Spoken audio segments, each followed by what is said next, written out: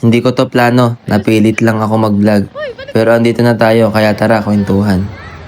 Ako si Daddy Ed. At yan, siya yung pumilit sa akin. Ang saya niya, di ba?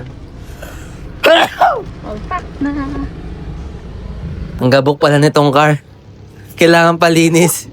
Pwede na nga i-continue eh. Adikot mo na lang. Ay di wala na sa momentum. Aabang siya. Enjoy na enjoy. Ako, iniisip ko magkano magagastos ko sa gas.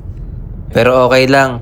Kasi mas magastos pag nag-away kami ng asawa ko.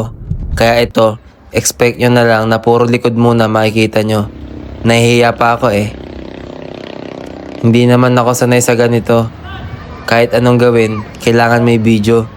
Pati buho ko, nahagip pa. Real talk, pumayag ako mag-vlog kasi trabaho to ng asawa ko. At gusto niya akong pagpraktisan. Kaya buong araw, magbablog kami. Kung gusto niyo makita kung anong kakalabasan nito, follow niyo ako.